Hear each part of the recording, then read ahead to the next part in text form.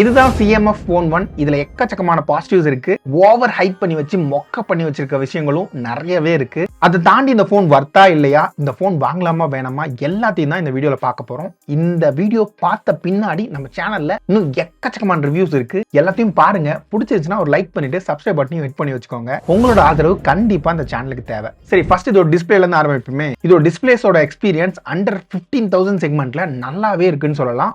அதாவது கார்டு ஆஃபர்லாம் போக தான் இந்த 15,000. அதுலயும் நிறைய காம்ப்ரமைஸ் இருக்கு, அதையும் பார்த்தலாம். சரி, டிஸ்பிளேக்கு அகைன் வருவோம். இதோட பிரைட்னஸ் இன்டோர்லயும் சரி அவுட்டோர்லயும் சரி ரொம்பவே ஸ்மூத்தா இருந்துச்சு. ஸ்மூத்னு சொல்லும் போது இங்க 120 ஹெர்ட்ஸ்க்கான டிஸ்பிளே கொடுத்துருக்காங்க. முக்கியமா இதோட சாஃப்ட்வேர் எக்ஸ்பீரியன்ஸோட சேர்ந்து இந்த டிஸ்பிளே ஒர்க் ஆகும்போது ரொம்பவே ஸ்மூத்தான எக்ஸ்பீரியன்ஸ் தான் கிடைக்குது. இதோட பீக் பிரைட்னஸ் சொன்னோம்னா ஒரு 2000 ஹெர்ட்ஸ் வரையும் கிளைம் பண்ணி வச்சிருக்காங்க. ஹை பிரைட்னஸ் மோடுமே நல்லா தான் இங்க வேலை செய்யுது, அதுலயுமே எந்த பிரச்சனையும் கிடையாது. அப்புறம் வீடியோ பிளேபேக்னு வந்தோம்னாலும் இந்த போன் வழியா நீங்க 4K 60 fps வரையும் ப்ளே பண்ண முடியும். இந்த போன்ல உங்களுக்கு HDR சப்போர்ட்டும் இருக்கிறதுனால வீடியோஸோட கிளாரிட்டி எல்லாமே கிறிஸ்பா இருக்கு. அடுத்ததா இதோட ஃபிங்கர் பிரிண்ட், ஃபேஸ் அன்லாக் எதுலயுமே பிரச்சனை இல்ல, ரெண்டுமே ஸ்மூத்தா தான் ஒர்க் ஆகுது. அது மட்டும் இல்லாம உங்களுக்கு 10 5G பேண்ட் கொடுத்திருக்காங்க. இன்டர்நெட் ஸ்பீட்லயுமே எதுவுமே குறைக்கல, அதோட ஸ்பீடுமே நல்லா தான் இருந்துச்சு. அது மட்டும் இல்லாம இங்க அதர் ஃபங்க்ஷன் பார்க்கும்போது உங்களுக்கு Wi-Fi 6 சப்போர்ட், Bluetooth 5.3 சப்போர்ட் எல்லாமே நல்லாவே வேலை செய்யுது. அது மட்டும் இல்லாம இங்க எல்லா விதமான சென்சாரும் இந்த போன்லயும் இருக்கு. ஆனா NFC எல்லாம் கிடையாது. அது இப்போதைக்கு இந்த பட்ஜெட்ல எதிர்பார்க்காதீங்க. என்னடா இந்த போன்ல குறைய இல்லையடா, என்னடா இவ்வளவு பாசிட்டிவா சொல்லிட்டு இருக்கேன், நிறைய பேர் கழுவி ஊத்திட்டு இருக்காங்களேன்னு கேக்குறீங்களா? குறை இருக்கதான் செய்யுது. ஃபர்ஸ்ட் ஒரு குறையை நான் இங்க ஆரம்பிக்கிறேன். இதோட ஸ்பீக்கரோட குவாலிட்டி ஃபர்ஸ்ட் இதுல சிங்கிள் ஸ்பீக்கர் தான் கொடுத்திருக்காங்க. குவாலிட்டி ஒரு மாதிரி மாடரேட்டா இருக்கிற மாதிரி தான் இருக்கு. சவுண்ட் அவுட்புட் நல்லா இருக்கு சிங்கிள் ஸ்பீக்கர்ல, ஆனா அதுல ஏதோ ஒன்னு மிஸ் ஆகுதே அப்படின்ற ஒரு ஃபீல் இருந்துகிட்டே இருந்துச்சு. இன்னுமே ஸ்பீக்கர்ல இவங்க ஒர்க் பண்ணிருக்கலாம், அது இங்க மிஸ் ஆகிறதா நான் ஃபீல் பண்றேன். அடுத்தது இந்த போன்ல இன்னும் பெட்டரா பண்ணிருக்கிற விஷயம் இதோட ஸ்டோரேஜ். இந்த ஸ்டோரேஜை பொறுத்த வரைக்கும் UFSல 2.2 சப்போர்ட் தான் கொடுத்திருக்காங்க. ஆனா விஷயம் என்னன்னா, இந்த பட்ஜெட்ல இருக்கிற மத்த போன்ஸை கம்பேர் பண்ணும்போது இந்த பர்டிகுலர் UFS 2.2லயே இதோட ரீட் அண்ட் ரைட் ஸ்பீட் ரொம்பவே பெட்டரா கொடுத்திருக்காங்க. முக்கியமான Redmi 13ல இப்ப ரீசெண்டா ரிவ்யூ பண்ணும்போது ஒரு 600 mbps கூட அந்த போன் தாண்டவே கிடையாது. இந்த போன்ல உங்களுக்கு 900ல இருந்து 1000 mbps வரையுமான ரீட் அண்ட் ரைட் ஸ்பீட் கிடைக்குது. அது நான் ஒரு பெட்டர் விஷயமா தான் நான் நோட் பண்றேங்க. அப்புறம் இந்த போன்ல இன்னொரு மேஜர் ஹைலைட்டா நான் பாக்குற விஷயம் இதோட பேட்டரிஸ். இங்க வெறும் 5000 mAh பேட்டரி தான் கொடுத்திருக்காங்க. முக்கியமா சார்ஜர் பாக்ஸ்ல வராது. இது ஒரு மிகப்பெரிய நெகட்டிவ். எதுக்கடா இந்த அளவுக்கு மோசமா மார்க்கெட் பண்ணி வச்சிருக்கீங்கன்ற இடம் இங்க ஸ்டார்ட் ஆகுது. விஷயம் என்னன்னா, உங்களுக்கு சார்ஜர் வந்து தனியா சேல் பண்றாங்க, ஆனா அது வந்து ஸ்டாக்ல இல்லவே இல்லை. நீங்க வாங்கணும்னா 65 வாட்கான சார்ஜர் வாங்கணும். இங்க 33 வாட்கான சார்ஜர் சப்போர்ட் இருக்கு, ஆனா அந்த சார்ஜர் வந்து மார்க்கெட்ல அவைலபிளா இல்ல. சரி, ஓகே, நம்ம சார்ஜ் பண்றதுக்காக ஒரு 33 வாட் மோட்டோரோட சார்ஜரை யூஸ் பண்ணோம். அதுல 1 hour 40 minutes வரையும் எடுத்துக்கிச்சு 0 to 100% ஆக. இதுக்கு முன்னாடி நான் சாம்சங் சார்ஜரை போன மாடல்ல நத்திங் போன் 2A யூஸ் பண்ணிருந்தேன். அதுல எனக்கு 1 hour 30 minutes அந்த மாதிரி டைம் கிடைச்சிச்சு. இந்த டைம் இந்த போனை நான் அதே சாம்சங் 25 வாட்டோட சார்ஜர்ல யூஸ் பண்ணும்போது எனக்கு கிட்டத்தட்ட 2.5 மணி நேரத்துக்கு மேல போயிட்டே இருந்துச்சு, சார்ஜே ஆகல. சோ இவங்க தேர்ட் பார்ட்டி PD சார்ஜரை இன்னுமே ஆப்டிமைஸ் பண்ணாம இருக்காங்க. அதே போல இவங்களோட ஓன் ப்ராடக்ட்டையும் ஸ்டாக்ல வைக்காம இருக்காங்க. அது ஒரு மிகப்பெரிய நெகட்டிவா பாக்குறேன். சரி, இந்த போன்ல நீ பேட்டரிஸ்ல ஏதோ பாசிட்டிவ் இருக்குன்னு சொன்னீங்கடா, என்னடா அது அப்படின்னு கேக்குறீங்களா? இதோட பேட்டரி லைஃப் செம்மையா இருக்கு. அண்டர் 15,000 கீழே ஒரு போன் பேட்டரி லைஃப் பெட்டரா இருக்கணும் அப்படின்னு நீங்க எதிர்பார்க்கறீங்கன்னா நான் இந்த போனை உங்களுக்கு ரெக்கமெண்ட் பண்ணுவேன். முக்கியமான விஷயம் என்னன்னா, ஒரு மாடரேட்டா புஷ் பண்றீங்க அப்படின்னா அசால்ட்டா 8 மணி நேரத்துக்கு மேல ஸ்கிரீன் ஆன் டைம் கிடைக்குது. இருந்தாலும் எந்தெந்த அப்ளிகேஷன் எது மாதிரி கண்டிஷன்ல எவ்வளவு பேட்டரி ட்ரைன் பண்ணுது அப்படின்றத இங்க மென்ஷன் பண்றேன். அதை பார்த்தா இன்னும் உங்களுக்கு கிளாரிட்டி கிடைக்கும் நான் நம்புறேன். அப்புறம் இந்த போன்ல பேட்டரி தாண்டி இன்னொரு விஷயம் இன்னும் பெட்டரா இருக்குன்னு சொன்னா இதோட சாஃப்ட்வேர் எக்ஸ்பீரியன்ஸ் தான் சொல்லுவேன். ஃபர்ஸ்ட் சாஃப்ட்வேர் அப்டேட்னு பார்த்தோம்னா உங்களுக்கு 2+3 சாஃப்ட்வேர் அப்டேட் தான் தந்திருக்காங்க. அதாவது 2 வருஷத்துக்கான OS அப்டேட்டும் 3 வருஷத்துக்கான செக்யூரிட்டி பேட்ச் அப்டேட்டும் ப்ராமிஸ் பண்ணிருக்காங்க. இந்த போன்ல உங்களுக்கு நத்திங் OS தான் அவைலபிளா இருக்கு. 2.6 வெர்ஷன்ல வருது. Android 14 அவுட் ஆஃப் தி பாக்ஸ்ல பில்ட் பண்ணிருக்காங்க. அது மட்டும் இல்லாம வெறும் 25 அப்ளிகேஷன் மட்டும் தான் ப்ரீ இன்ஸ்டாலா இருக்கு. எந்த ஒரு போன்லயும் இவ்வளவு கம்மியான அப்ளிகேஷன் ப்ரீ இன்ஸ்டாலா இருக்கிறதே கிடையாது. ரொம்ப கிளீனா அவங்க சாஃப்ட்வேர்ஸை இவங்க யூஸ் பண்ண ஆரம்பிச்சிருக்காங்க. அது மட்டும் இல்லாம நிறையவே யூனிக்கான சவுண்ட், அனிமேஷன்ஸ், இதோட டச்சோட ஸ்மூத்னஸ் நிறைய இடங்கள்ல ஒர்க் பண்ணிருக்காங்க. அந்த வகையில ஒரு சாஃப்ட்வேர் எக்ஸ்பீரியன்ஸ்க்காக ஒரு போன் பாக்குறீங்கனாலும் இந்த போனை நான் உங்களுக்கு ரெக்கமெண்ட் பண்ணுவேன். இந்த போன்ல எனக்கு பிரச்சனையா பட்டது இதோட பெர்ஃபார்மன்ஸ் தான். இங்க தான் எனக்கு ஸ்லைட்லி டிசப்பாயின்மெண்ட் இருந்துச்சு.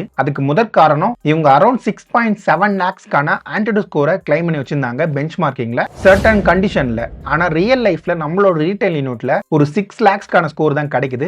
அது வந்து அவங்க கிளைம் பண்றதோட கிட்டத்தட்ட 10% கம்மியான ஸ்கோர். இது மட்டும் இல்லாம தெர்மல் த்ராட்லிங்ல இதோட ஸ்டெபிலிட்டி மோசமா தான் இருக்கு. இன்னுமே பெட்டரான ரிசல்ட் கிடைச்சிருக்கணும், அது இங்க மிஸ் ஆகுது. இருந்தாலும் கிக் பெஞ்ச்லயும் 3D மார்க்லயும் ஓரளவுக்கு நல்ல ஸ்கோர் தான் கிடைச்சிருக்கு. சரி, இந்த பெஞ்ச் மார்க்கை தவிர்த்துட்டு பார்த்தோம்னா அதோட கேமிங் பெர்ஃபார்மன்ஸுமே சொதப்பலா தான் இருக்கு. இங்க பப்ஜில உங்களால 60 FPS வரலையும் விளையாட முடியும் ஸ்மூத்ல. ஆனா இங்க விஷயம் என்னன்னா இன்னுமே அவங்க ஆப்டிமைஸ் பண்ணாம தான் இருக்காங்க. கேமிங் எக்ஸ்பீரியன்ஸ் கண்டிப்பா இந்த போன்ல இன்னைக்கு டேட்டுக்கு பப்ஜில ஸ்மூத்தா இல்ல. ஆனா நீங்க கால் ஆஃப் டியூட்டி விளையாடுறீங்கன்னா நல்லாவே ஸ்மூத்னஸ் இருக்கு, அதுல எந்த பஞ்சாயத்தும் கிடையாது. ஆனா கேமிங்ல கண்டிப்பா இவங்க இம்ப்ரூவ் பண்ணியே ஆகணும். ரியல் லைஃப் எக்ஸ்பீரியன்ஸ்ல எந்த பிரச்சனையும் கிடையாது, நல்லா ஸ்மூத்தா தான் ரன் ஆகுது. ஸோ ஓவரால் அதோட பெர்ஃபார்மன்ஸ் எப்படி இருக்குன்னு கேட்டா எனக்கு ஒரு மாடரேட்டா ஒரு 50-50 நான் சொல்லுவேன் இன்னைக்கு டேட்டுக்கு. அடுத்ததா இந்த போன்ல பேக் கேமரால எடுக்கிற போட்டோஸ் வந்து நார்மல் சீனரிஸ்லாம் எடுக்கும்போது டீசெண்டா பெர்ஃபார்ம் பண்ணுச்சு. கலர்ஸ்ல கொஞ்சமா சேச்சுரேஷன் அதிகமா இருந்துச்சு, இருந்தாலும் டீடைல்ஸ்லாம் நல்லாவே தான் இருக்கு. டைனமிக் ரேஞ்சும் டீசெண்டா இருந்துச்சு. இங்க சோனியோட IMX882 சென்சார் தான் பேக்ல யூஸ் பண்ணிருக்காங்க. இங்க ஆப்டிக்கல் இமேஜ் ஸ்டெபிலைசேஷன் கிடையாது. ஹியூமன் சப்ஜெக்ட்லாம் எடுக்கும்போது போட்டோஸ் வந்து நல்லா இருக்கு. ஆனா இங்க பிரச்சனை என்னன்னா ஸ்கின் டோன் வந்து டோட்டலா ஆப்டிமைஸ் பண்ணவே இல்லை. இந்த செக்மெண்ட்ல ஓரளவுக்கு கன்சிஸ்டன்டா போட்டோ இருந்தாலும் ஸ்கின் டோன்ல சொதப்பி வச்சிருக்காங்க. பேக்ல போர்ட்ரேட்டோட குவாலிட்டியும் ஓரளவுக்கு டீசெண்டா தான் இருக்கு. அங்கேயுமே மேஜரா நெகட்டிவா நான் ஃபீல் பண்ணல. லோ லைட்டோட பெர்ஃபார்மன்ஸும் ஓரளவுக்கு டீசெண்டா இருக்கு. இப்போ ஃப்ரண்ட்ல வந்தோம்னா இங்க 16 மெகா பிக்சலுக்கான சென்சார் யூஸ் பண்ணிருக்காங்க. இங்கேயுமே உங்களுக்கு வந்து போர்ட்ரேட்டோட பிக்சர்ஸும் சரி, நார்மலா எடுக்கிற பிக்சர்ஸும் சரி நல்லா தான் இருக்கு. ஆனா பிரச்சனையா இருக்கிறது ஸ்கின் டோன் தான். ஸ்கின் டோனை கண்டிப்பா இவங்க அட்ரஸ் பண்ணி ஆகணும். ஃபோன் டு யூலையும் இதே பிரச்சனை தான் இருந்துச்சு, இந்த போன்லயும் இதே பிரச்சனை தான் இருக்கு. இப்போ வீடியோ சைடு வந்தோம்னா உங்களுக்கு ஃப்ரண்ட்ல 1080p 60 FPS சொல்லி ரெக்கார்ட் பண்ண முடியும். இங்க ஃபுட்டேஜ் ஓரளவுக்கு டீசெண்டா இருந்தாலும் ஸ்கின் டோன் இங்கேயும் ப்ராப்ளமா இருக்கு. இதே பேக் கேமராவோட வீடியோக்கு வந்தோம்னா உங்களுக்கு 4K 30 FPS சொல்லி ரெக்கார்ட் பண்ண முடியும். இதோட ஃபுட்டேஜும் டீசெண்டா இருக்கு. சரி, இந்த வீடியோல இன்னும் நான் பேசாத ஒரு விஷயம் இதோட பாக்ஸ். இப்போ பாக்ஸோட டிசைன் நல்லா தான் இருக்கு, போனோட டிசைன் யூனிக்கா தான் இருக்கு. ஆனா விஷயம் என்னன்னா இதை ஃபர்ஸ்ட் ஹேண்டில் பண்ணும்போது அந்த அளவுக்கு ஸ்மூத்னஸ் இல்ல. காரணம் என்னன்னா ஃபர்ஸ்ட் இந்த கார்னர்ஸ்லாம் ஷார்ப்பா இருக்கு. நெக்ஸ்ட் இந்த போல்ட் நட்டு இந்த மாதிரி விஷயங்கள்லாம் கொடுத்து வச்சிருக்காங்கல்ல, இந்த ஏரியால டச் பண்ணும்போது ஒரு மாதிரி இரிட்டேஷன் இருக்கிற மாதிரி ஃபீல் ஆகுது. அது ரெண்டாவது விஷயம். மூணாவதா நான் ப்ராப்ளமா பாக்குறது இந்த கேமரா பம்புக்கு மேல இந்த லென்ஸ் லைட்டா ப்ரொஜெக்ட் ஆயிட்டு இருக்கு வெளியில. இதனால கண்டிப்பா ஸ்கிராட்ச் வரதுக்கான வாய்ப்பு அதிகமா இருக்கு. எனக்கு ஆல்ரெடி சின்ன சின்ன மைக்ரோ ஸ்கிராச்சஸ் இருக்கிற மாதிரியான ஃபீல் இருக்கு இந்த போன்ல. ஸோ நீங்க யூஸ் பண்ணும்போது இதுக்கு மேல ஒரு கேஸ் போட்டு யூஸ் பண்ற சிச்சுவேஷன் தான் இன்னைக்கு டேட்டுக்கு இருக்கு. சரி, அடுத்த விஷயம் இதோட ஆக்சசரிஸ்.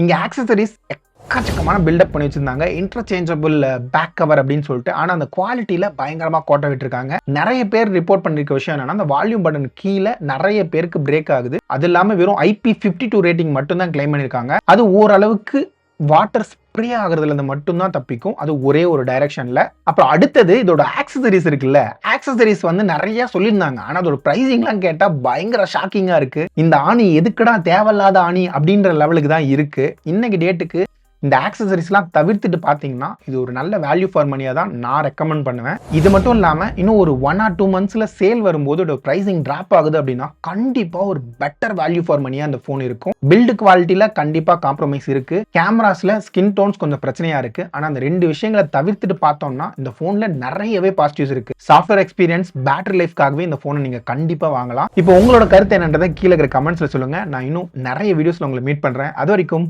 பாய்.